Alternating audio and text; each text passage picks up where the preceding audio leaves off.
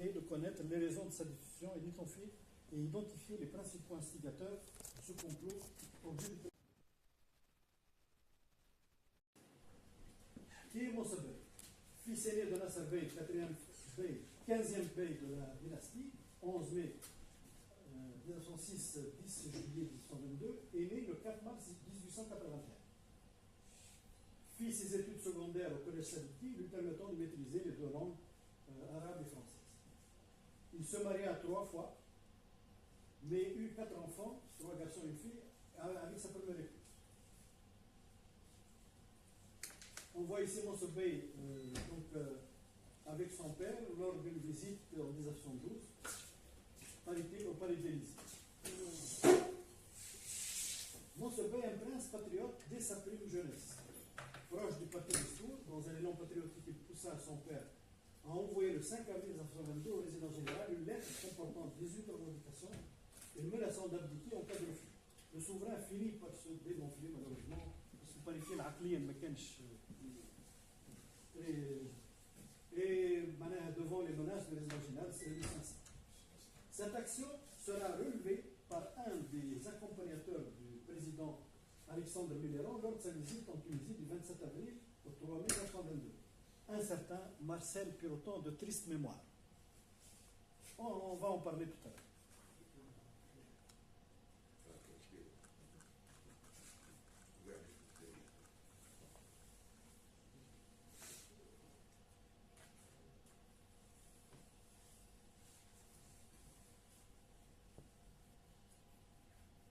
Le long règne d'Ahmed Bey a été une chance pour Moussa Bey. C'est paradoxal, mais c'est comme ça, puisque pendant ce long règne, les 3 prédécesseurs, parce que comme la dynastie husseynite était régie par la primogéniture, donc le vieux, ou les bad, ou ainsi de suite, donc Tsafaham, c'est Moussa Fmet, donc il a pu donc monter au trône le 19 juin 1942. Arrivé au pouvoir à l'âge de 62 ans, c'est relativement avancé à cause de la règle de succession, comme je dis, de primogéniture. Le souverain arriva au pouvoir en pleine possession de ses moyens physiques et électriques, ce qui n'était pas le cas de tous les souverains qui arrivent au pouvoir. Ça arrangeait vers le protecteur. Mais déjà à 62, ça devient... c'est pas la grande forme. Juste rapide, j'ai voulu نعرج شوية على أحمد بي. Ahmed Bey, il a vu toutes les grandes catastrophes que la Tunisie a pendant son règne. Je ne cite que quelques-unes. Le cinquantenaire de l'anniversaire de l'occupation. Le congrès eucharistique. La naturalisation des Tunisiens. L'arrestation des fondateurs de l'Odestour. La crise du 9 avril. Et la promulgation des lois anti-juives de Vichy. Voilà, donc vous savez, et lui, il était là dans son palais de la Marsa, Qasr Tej, Tawa. Là, ils s'en foutaient de ce qui se passait. La Tunisie s'arrêtait un peu à l'horizon. Affaire. Voilà donc Moussa Bey dans son structure d'apparat. Un début de règne de New Look, donc il a commencé par supprimer le baisement, l'accolade, voilà le tahiyya. Le souverain prononce lui-même son discours en s'adressant directement à ses visiteurs et à son peuple. Le souverain promet aux délégations de l'intérieur du pays de visiter leur région, mais les événements qui vont se passer par la suite ne lui permettront pas à cause de la guerre.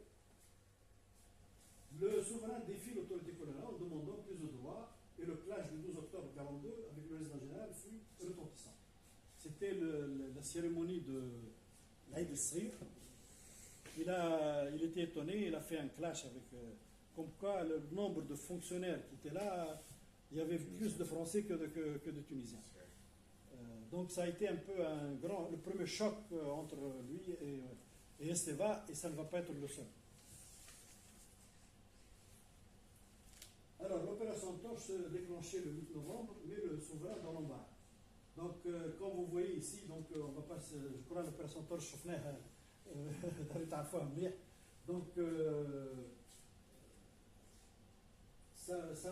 on va voir pourquoi ça met dans l'embarras, puisque le souverain a été, donc, le résident général Esteban, en tant que ministre des Affaires étrangères du Bey, lui remet le 8 novembre à 19h une lettre du président Roosevelt demandant le passage des forces alliées en Tunisie.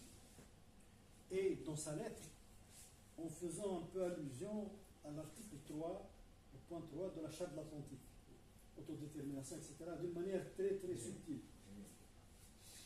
Le souverain, après concertation avec ses ministres et les conseillers, choisit la position de neutralité vis-à-vis de tous les belligérants. Il n'avait pas retenu la position pro-axe que lui recommandait le résident général Esteva, en lui faisant remettre une lettre adressée à tous les belligérants et en spécifiant sa position de neutralité. Et figurez-vous, le résident général, en toute impunité, il a pris donc les lettres, il les a mis dans le tiroir de son bureau, ils n'ont jamais quitté la résidence générale, ils ne jamais parvenus à leur destinataire. Et ça va être le début d'un véritable complot.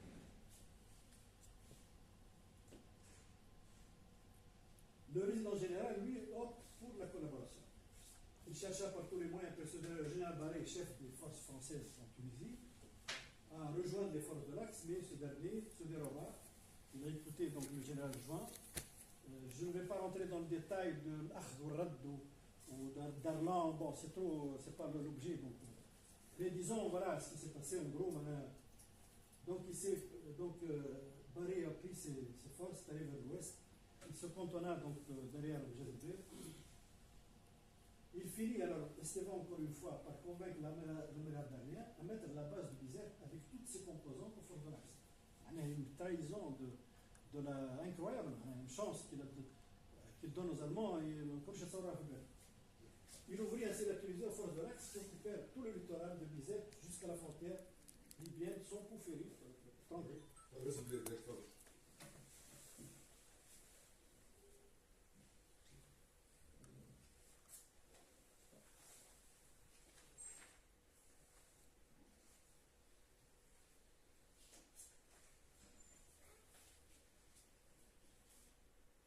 Alors ici on voit donc la Tunisie a été partagée donc entre la zone donc l'ouest occupée par les Britanniques au nord et les Américains au sud, et l'est donc du nord au sud par les forces de l'Axe.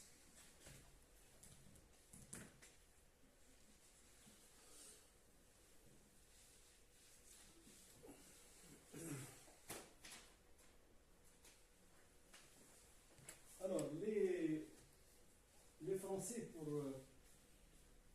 parfaire leur autorité, du gouvernement provisoire, du comité provisoire, dans chaque territoire, donc en fait c'est un gouvernement, un groupement de gens qui sont ralliés aux Alliés, on ne sait pas, donc d'une entité qui s'appelle gouvernement provisoire à Alger, dans la zone occupée par les Alliés. Ils voulaient donc maintenir dans cette zone, ils ont créé donc une vice-résidence.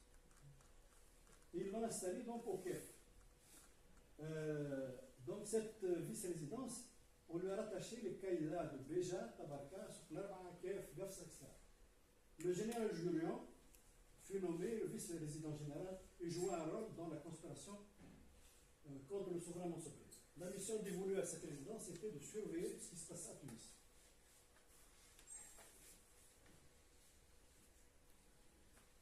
Le premier défi du souverain, premier défi de Mansour Bey, il a nommé le 1er janvier 1943 un gouvernement sans consultation préalable du président général. Et il a mis donc à la tête de ce. Et c'était le premier acte politique par un Bey depuis l'installation du protectorat du 12 mai 1981.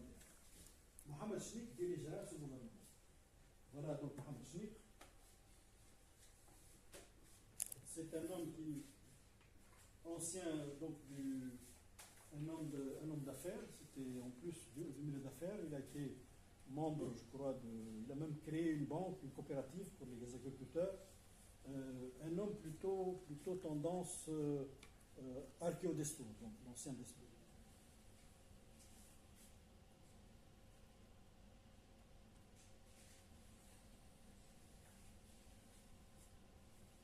La nomination de Marcel Peloton, gouverneur général à Alger. Alors on voit ici M. Peloton descendant de l'hydravion, c'est de vieilles photos. Hein. L'hydravion ville de Tunis qui, à la base de Khaireddin, l'aéroport, c'était sur le lac de Tunis. Donc, à l'époque, avant la guerre, les gens voyageaient en hydravion. Donc, M. Peloton, donc descendant de l'hydravion ville de Tunis. Et là, M. Peloton, dans le jardin donc, de Dar el-Kemla, la résidence de la Marseille.